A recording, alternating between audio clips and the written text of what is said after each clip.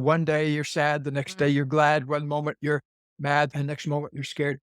We need to start looking underneath that and finding that pure, radiant state of consciousness. It's there for everybody. You just have to stop and tune into it. I gotta get myself a little more faith, a little more love. I'm your host, Krista Bigler, and I'm going to guess we have at least one thing in common, that we're both in pursuit of a less stressed life. On this show, I'll be interviewing experts and sharing clinical pearls from my years of practice to support high performing, health savvy women in pursuit of abundance and a less stressed life. One of my beliefs is that we always have options for getting the results we want. So let's see what's out there together. Just keep breaking. I gotta get myself a little more faith, a little more love. All right, today on the Less Stress Life, I have Gay Hendricks, who one of his very many best-selling books was gifted to me a couple of years ago called The Big Leap. And I remember reading it, and sometimes the right thing comes into your life at the right time. And I just remember that there were so many powerful questions in it. So we'll talk about the power of powerful questions in a moment, but a little bit more about Gay, who has served for over 30 years as one of the major contributors in the field of relationships and body mind therapies.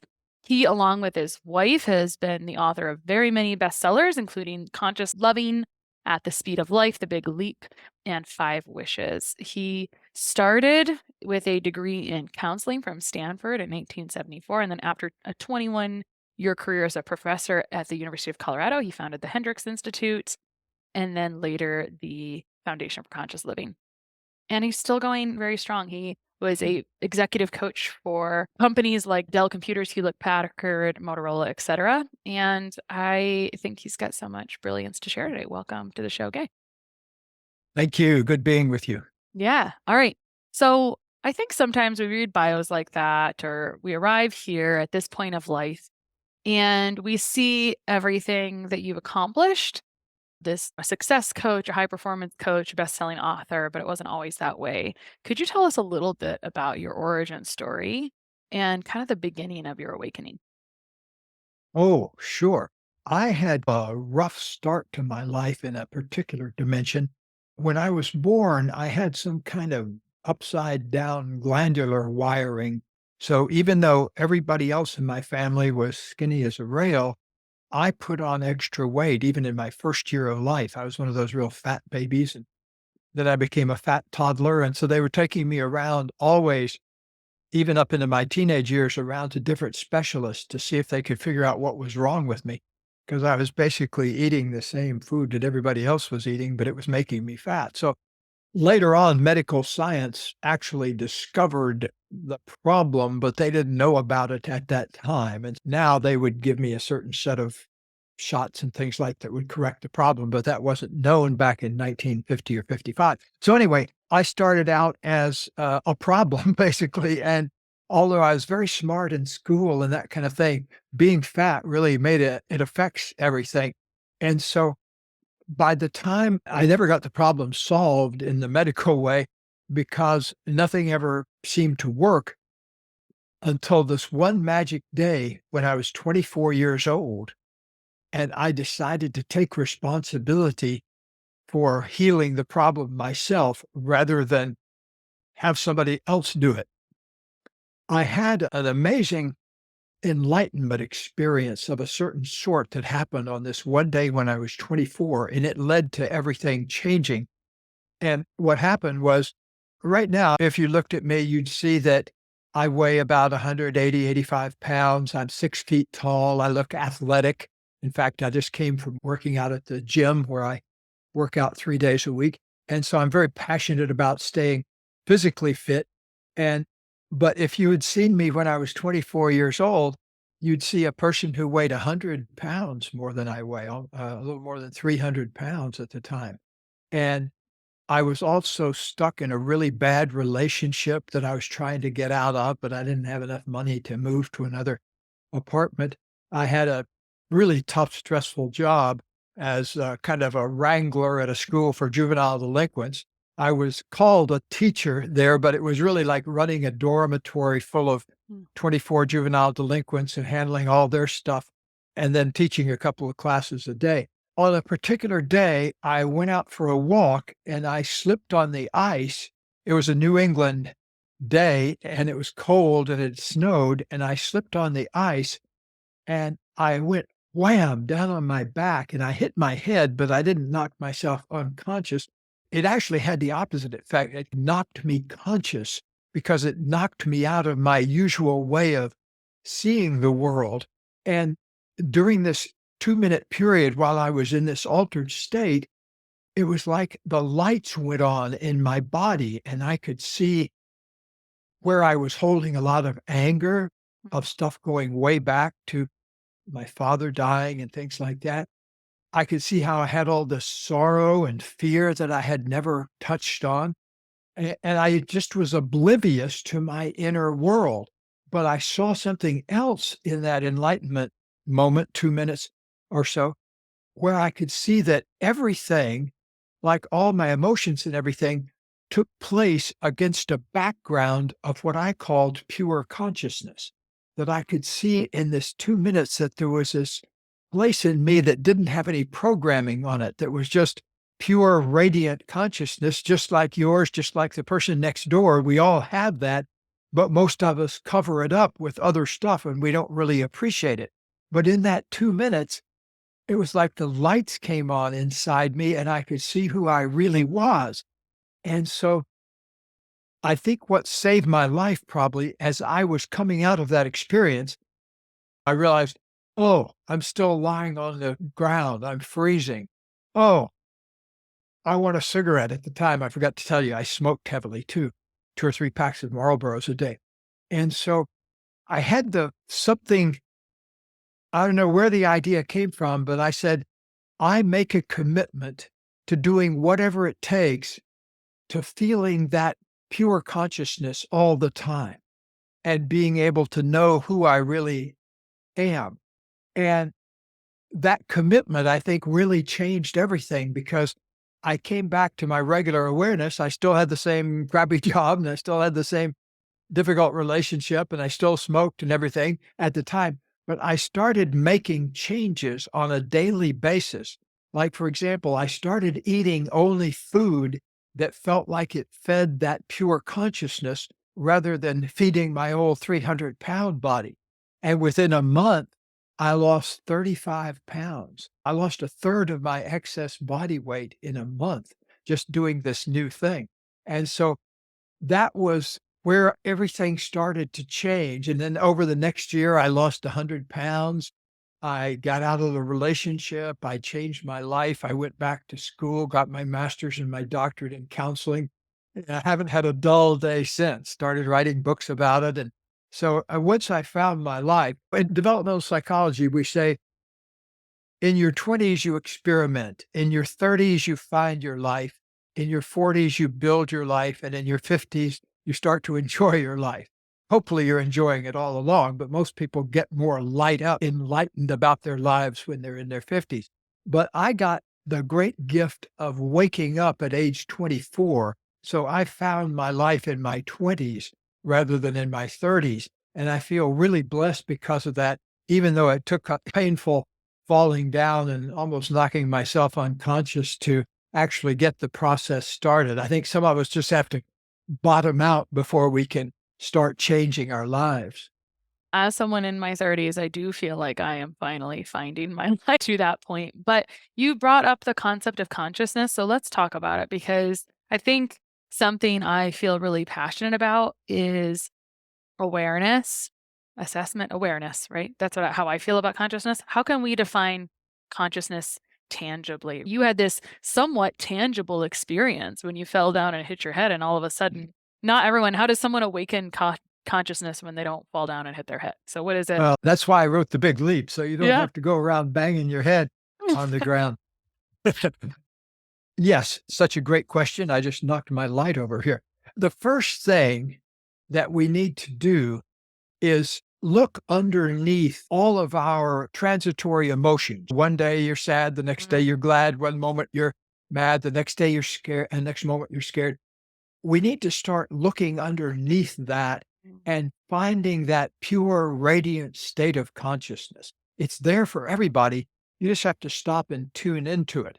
It's like you're listening to a symphony, learning to listen to the violin section. You can train your consciousness so that you're aware of that. So that's very helpful. A second thing is start noticing what I call in the big leap, your upper limit problems. Mm. Start noticing where you sabotage yourself when things start being better. That is really was one of the big findings of my life is that how much we tend to sabotage ourselves when things start going better and how allergic many of us are to feeling good for any length of time. Mm. So the upper limit problem is when you've felt good for a day or two and then you get into an argument with your partner or you've got a big raise at work and then you went home and you got in an argument with one of your kids. So it's that tendency to sabotage ourselves when we're feeling a good flow inside ourselves. And that takes some practice. You know that old joke about somebody comes up to a cop in Central Park and says, "Excuse me, how do I get to Carnegie Hall?" And the cop says, "Practice." It's the same way with consciousness. It's there. We just need to stop covering it over with everything else. So there is that part of us that's pure awareness that's on all the time. But then there's what I would call maybe the shaped awareness or focused awareness. If I ask you right now, as I do with many clients, I say, let's pause from our conversation and tune into what you're feeling in your chest right Mm. now, or tune into what you're feeling in your belly right now. It's that willing placement of attention, the direction of consciousness, that has a great deal of clinical power to heal ourselves. Because once you learn, I'll give you a great practical example. Katie and I have seen probably close to 5,000 couples now in our seminars or here in the office.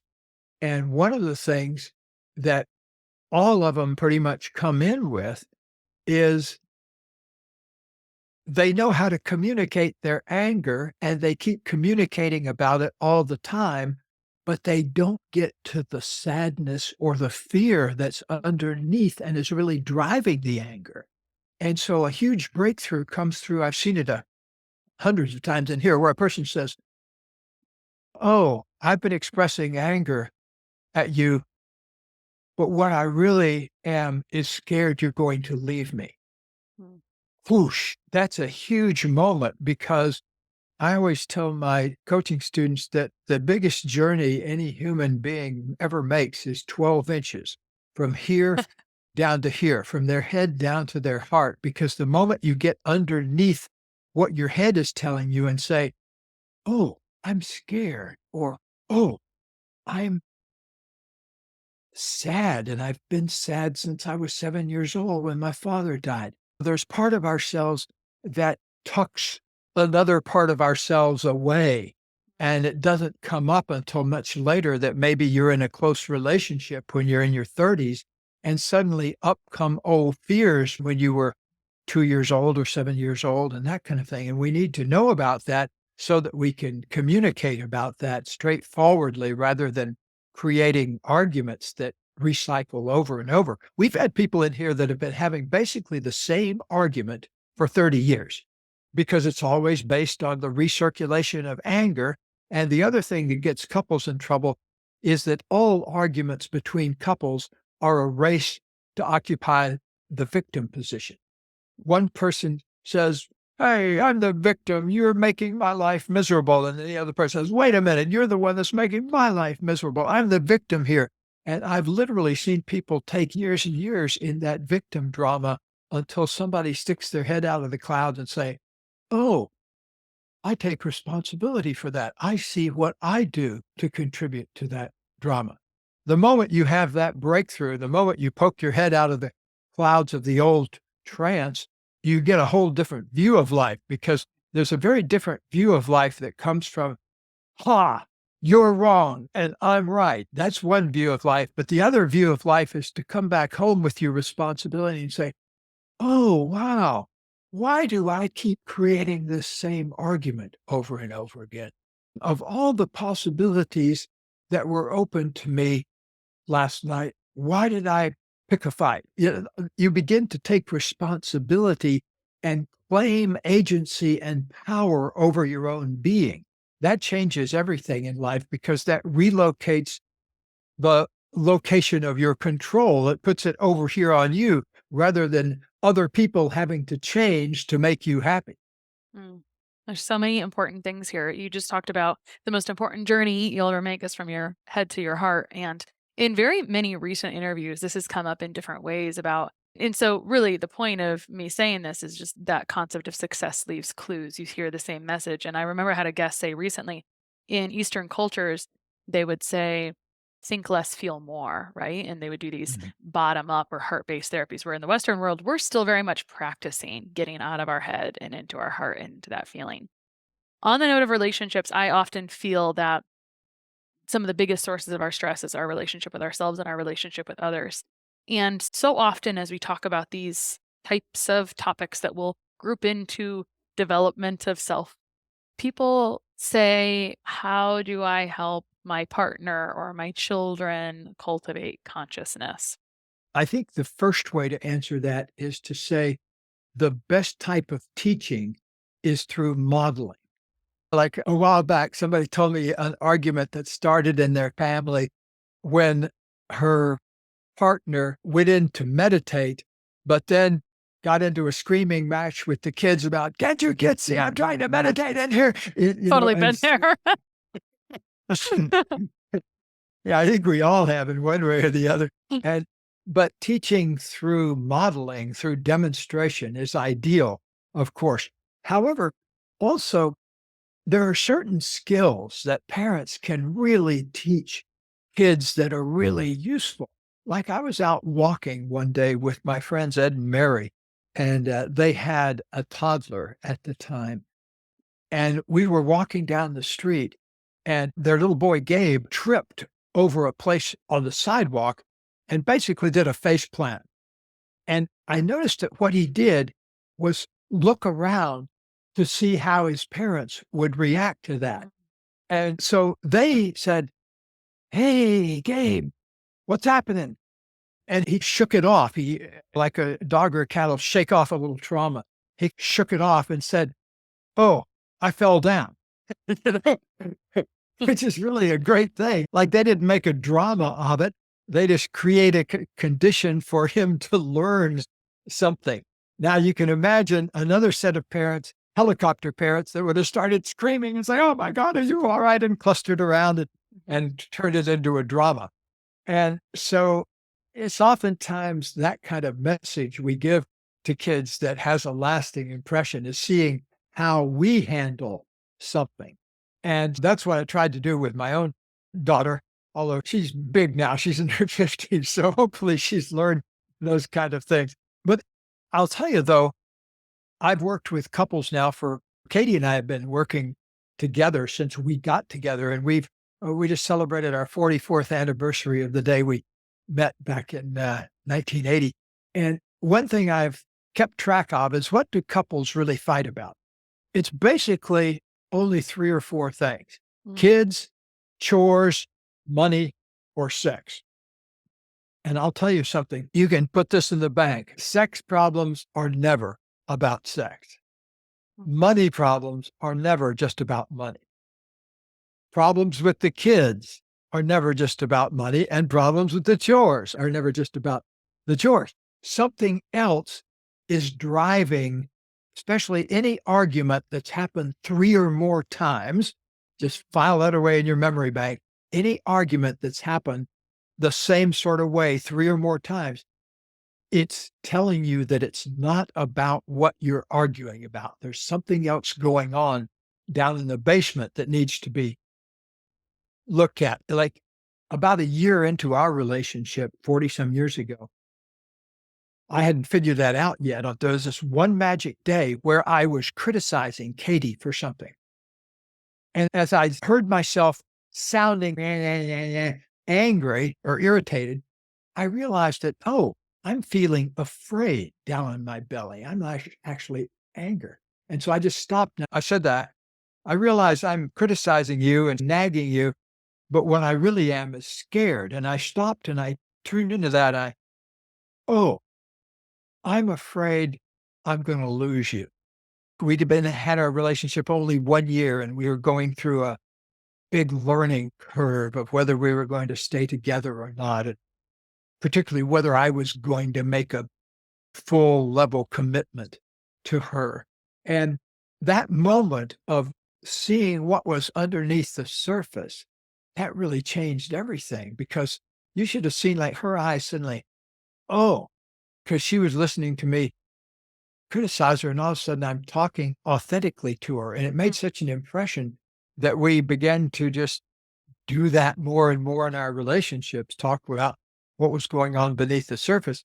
And we spent the 1980s doing that and coaching other couples. And then there was a magic day after we wrote Conscious Loving, where the Oprah show called, and we literally went overnight from working with 10 couples in our living room to working with 10 million couples on Oprah's stage. But in a way, it was the very same process because human beings get ourselves stuck in only a small number of ways. One is by not being honest, not telling the truth, or not being willing to listen to the truth from another person. A whole bunch of us get ourselves stuck by getting into that victim position and getting entrenched there and just being right all the time and thinking we know what our problem is. And we spend our time doing that and not enough time doing, why am I creating it like this? Taking responsibility.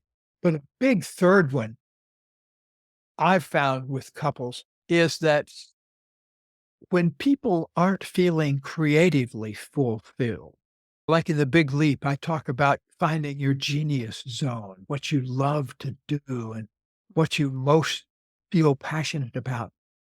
When people aren't doing that, they don't feel good inside.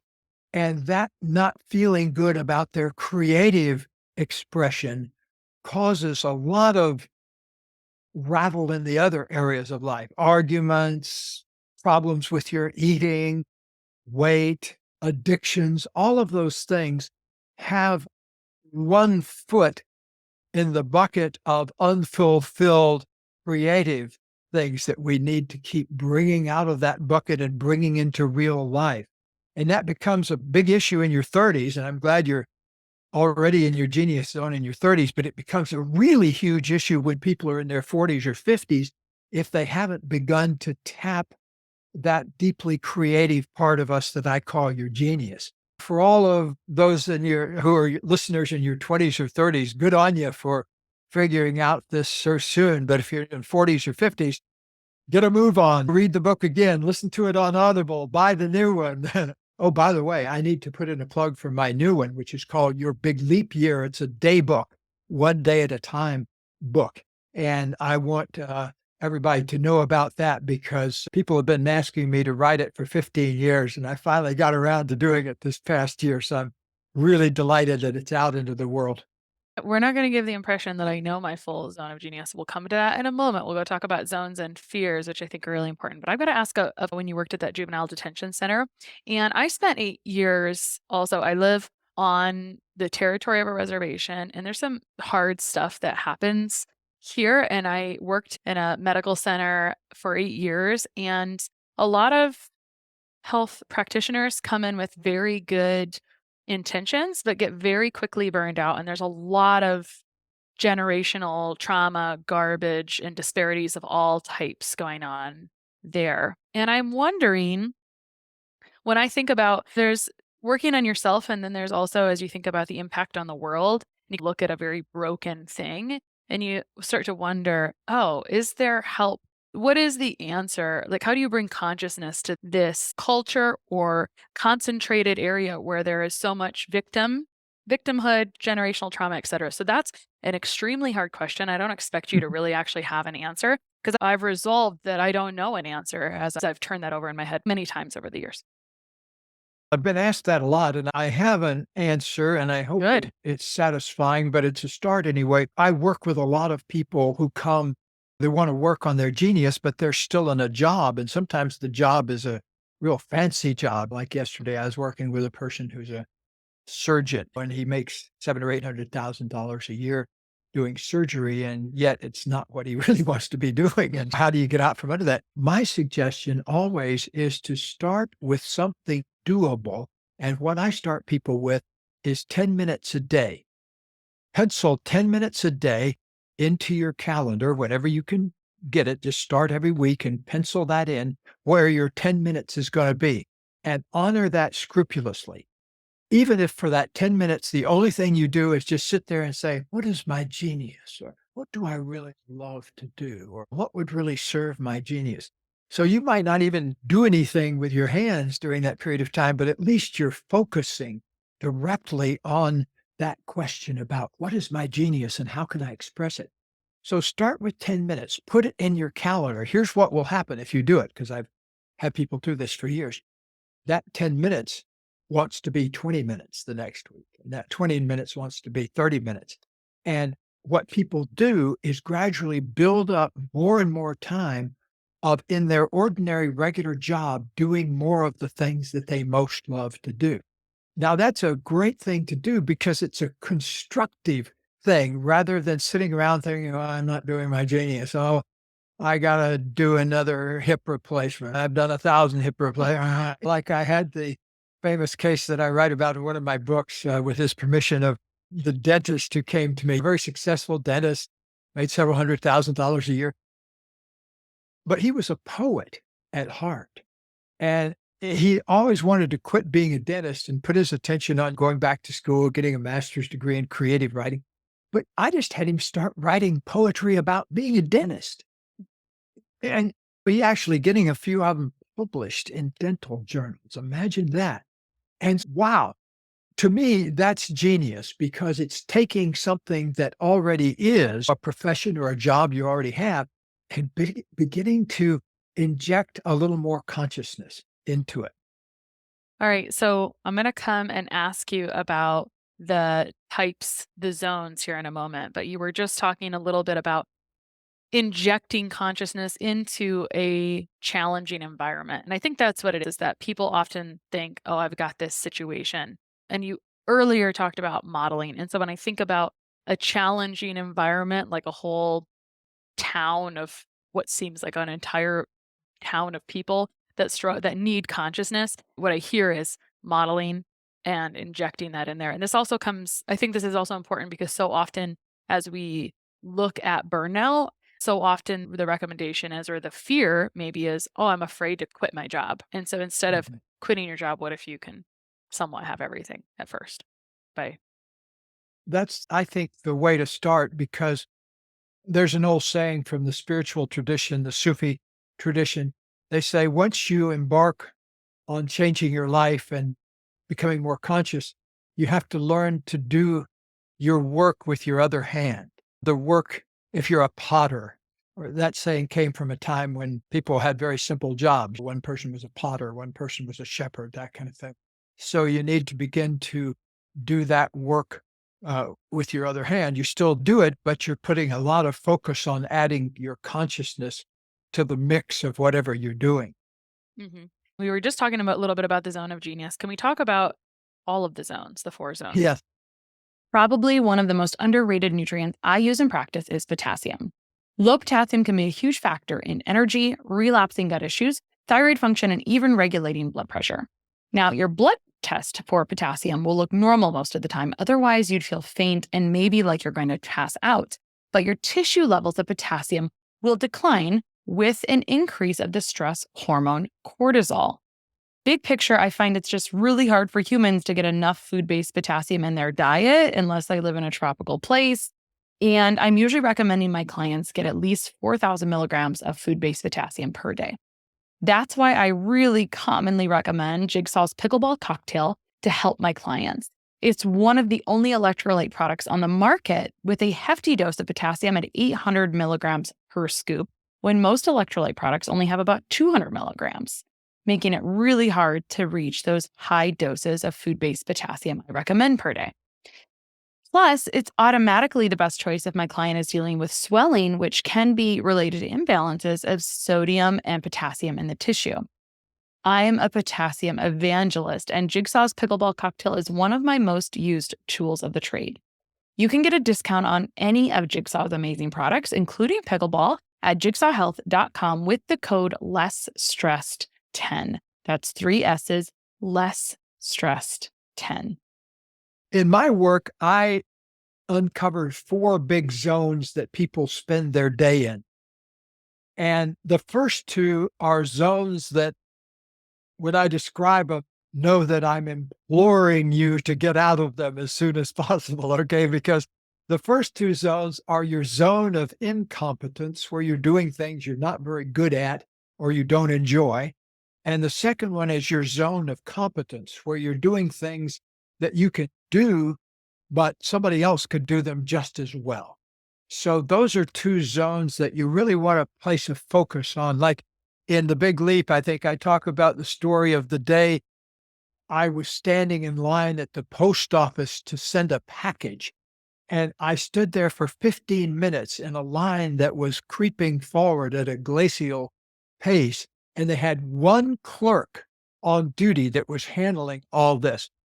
And so I was there for 15 minutes and people were getting irritated around me too. I wasn't the only one, because this one elderly fellow started yelling, "Get more clerks out here," at the top of his lungs. But I realized, oh, I've spent 15 minutes doing something that somebody else could do just as well as I am. And at the time, I charged $1,000 an hour for my coaching services. And I realized, wow, I've just invested $250 plus in sending a $10 package to somebody. That's the last time I've ever stood in line at the post office. From then on, I resigned from that function. So maybe you can't afford a personal assistant yet. Around here, we have an army of them, but we started out with just one. And I always said my life was getting too complicated when my personal assistant came to me and asked me if they could hire another personal assistant for themselves. So when your assistant needs an assistant, beware, you're getting into kind of murky territory there. But fortunately, I have a genius manager in my office that can handle anything. Margaret, my dear Margaret, has been with us for the last 10 or 15 years, and she's a masterful organizer and lever puller, so I don't even have to think about that kind of stuff anymore. By the time it would occur to me to mail a package, it's already in the mail. Mhm. All right, so that's the zone of incompetence, right? The zone of competence, get out of that one too, because you can be easily replaced. If a boss comes along and says, "Oh, there's 2 people doing the same thing. Why do I need that other one that I just hired?" So you set yourself up for easily replacement and a lot of boredom too, if you're doing something that you're good at but doesn't challenge you. So if you're in one of those 2 zones, delegate, get out of there. Maybe you can't afford a personal assistant, but what you can do is maybe barter with somebody. That's what one of the other of my clients did in the early days, was just do some trading for what you need. What you want to do, though, is also focus your energy on the top 2 zones, which is your zone of excellence and your zone of genius. The zone of excellence is when you're doing stuff you're good at. You're doing stuff that gets you raises at work and at a girl and at a boy, and good things happen to you as a result of doing that thing that you're really good at. It has a giant trap in it, though, because the better you get at your zone of excellence, the more people will want you to do more stuff in your zone of excellence and stay in your zone of excellence. Because a problem, and I've worked now with, I think about 1,800 executives in different firms of different kinds over the past 50 years. One of the things that top flight people have a problem with is they're so good at their zone of excellence that everybody wants them to stay there, and they get an unfulfilled yearning to spend more time in their genius zone. And so that's incredibly important to honor that, because if you don't, burnout and rust out are big factors for people who don't listen to that yearning for genius. So a lot of the times I've been walking down the halls of, in fact, I just had one memory of walking down the hall in a big company in the Midwest with the CEO. And I was describing to him that I would like him to pencil into his calendar 10 minutes a day of just doing nothing, but reflecting on his genius and how he could spend more time in his genius zone. And here's this guy, he was probably at the time worth at least 40 or $50 million, top of the line executives.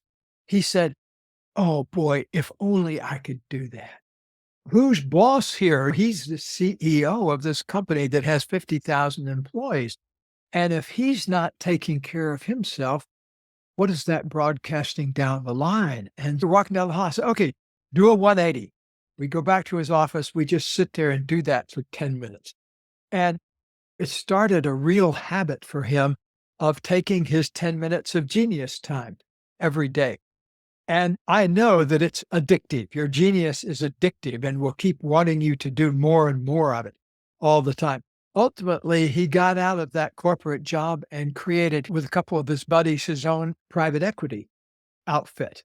So he never has to do anything that he doesn't want to do anymore.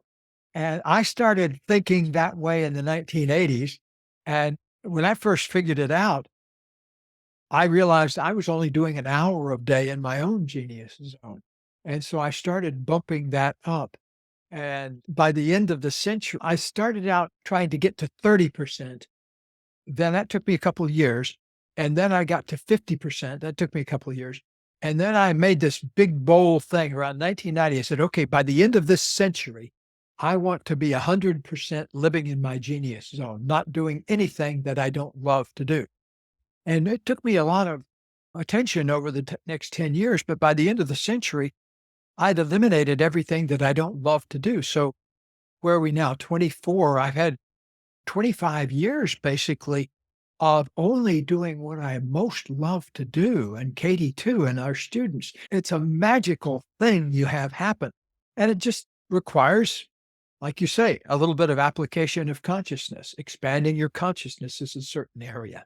It feels like compound interest, almost like Yeah. just put away 10 minutes or $10 a day, and then in 25 years, you will have everything you want. It's really that simple. And I think there was a couple huge things in the Big Leap that really struck me.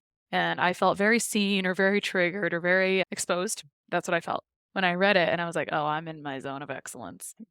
I am very much in the zone of excellence. I think one of my questions was, how do you access the zone of genius, which you do have, you talk about in the book, but then you've actually created many more resources about, but you've talked about it here. Just start with 10 minutes and reflect on it. And there's so many ways to do this. You can just do nothing. An exercise I like to do that I feel like fosters this along the way is I love drawing a line down a piece of paper and writing down what is killing me inside and what is filling my cup. Because to your point about burnout, I feel so strongly about this. I feel so strongly about not being burned out and about burnout as a topic. And I agree with you completely that it's like there's a dead part of yourself that's not feeling creatively fulfilled inside. And I think that's such an important thing. And I think it boils down to asking yourself good questions, which was the other, I think, one of the first things that started to move me in your book, because at that point I'd already decided that the quality of your life was related to the quality of your questions. And not very far into the book, it's just full of great questions. It's, am I willing to increase the amount of time that my whole life goes well? Am I willing to feel good and have my life go well all of the time? And it's, oof, all right, let me answer these questions, right? And yeah, if you could, Questions are so powerful. yeah, Questions are one of the great superpowers that human beings have, but a lot of times we have them focused on the wrong kind of questions like, what's wrong with me? Why did I get drunk again on Friday night and start an argument? That kind of question. But what we teach here are what we call wonder questions that would change your life if you knew the answer to them, and questions you really don't know the answer to. For example, the new book, I give a Every day I give some kind of a little meditation or something to say in your mind or a wonder question. And the first one that starts it off is I commit to expanding my genius every day of my life. That uses the power of commitment. The power of wonder is one of those superpowers like the power of commitment, where you turn that into a wonder question. What do I need to do this day to expand my genius? Wonder questions, we like to begin them with a hum for two reasons, because it's a wonder statement, but also when you hum, it integrates the right and the left hemisphere of your mind. So if you go, you're putting your right and left hemispheres together to work for you. What would I like for lunch today? What would feed my genius? What can I contribute to the world before sundown today that would make everybody's world a better place? Begin to ask yourself those kind of open-ended questions that will tap into your genius. It's a super powerful technology. Mm. Wonder questions that would change your life if you knew the answers to them. I love that because I'm always on the lookout for what are some high quality questions we can ask ourselves. I feel like that's such a really good place to land. But before we do, the issue with before you can take the big leap, before you can be in this place of living in your zone of genius, you're held back by fear. And I don't think we really talked about those fears. I think that's a huge part of the big leap. And so why don't we cover what those four fears are? Yes, upper limits problems are caused by old limiting beliefs. And all those old limiting beliefs are rooted in fear. And so let's say that you create some kind of upper limit problem for yourself. You trip and fall like I did, or you start an argument, or you get enrolled in an argument, or you perform an addictive act of not being over on the side cheering for somebody else, but being the person that other people are cheering for. That willingness to step up into the light. It's not that everybody has to be as charismatic as Oprah or Mm. somebody like that. It's just you have to be willing to be the star of your own show, that you have to be willing to take a stand for opening up to the love you need and the wisdom you need and the all of the access to the powers in yourself that you need. So to me, life on this planet, nobody knows exactly what the true meaning of life is, but I can absolutely guarantee you it's not to have a bad time. Whoever made up that rule that life is about suffering and having a bad time, they need to go spend a little bit more time in the meditation room, because life is really whatever you dream it up to be. Like Walt Disney used to say, if you can dream it, you can do it. And that's, as a matter of fact, I worked in Orlando, Florida when Disney bought the first land there that was going to be Disney World way many years in the future. And I remember like a lot of people saying, Disney bought 30,000 acres of swamp, because that's basically what he did was he bought a lot of swamp and then turned it into stuff that wasn't quite as swampy. And everybody was just flabbergasted, but he had a vision of something that he was going to do with that swamp. And so it took him, what, I think maybe 7 or 8 years to do it from the time he bought the land. And I've found that human beings have the capacity to not just do one or two big things with their life, but many big things. Like a big thing is to have a close, loving relationship. Mm. A big thing is to get a profession. A big thing is to have kids. To me, I'm after people going all the way in having everything they want and need and doing everything they love to do, and then teaching that to the rest of the world too. That's what I've made my life about. And I haven't had a dull moment in the last 40 or 50 years. And that is, if we were going to ask the audience to take one thing or take one action step, one thing I've heard you say on other interviews is decide on some of these big things. Maybe if you want to expound on Oh, that just a little oh bit. yeah. One of my books actually is all about this. It's called Five Wishes. And it's about how to ask yourself a question that gets at what your five big goals or wishes are for your life. When I did it, I came up with, and this goes back into the way into the early 80s. I hadn't yet made a commitment fully to Kathlyn, my wife, Katie, we call her. And I realized my big dream for my life is I want to have a partner that I can grow and change with over a long period of time. And I hadn't realized how important that was. That was the number one thing. Because I jokingly said, what good is having a PhD in counseling psychology from Stanford if I can't learn how to get along well with one other person? Mm, And so I'd created all sorts of relationship dramas in my teens and 20s, but none of them had really ever led to anything lasting. And so I made that commitment. That's number one for me. And that was really helpful because on the way home from that party where I realized that, I made that commitment to Katie. And it's 40 some years of magic since we did that. And Katie and I got in the habit.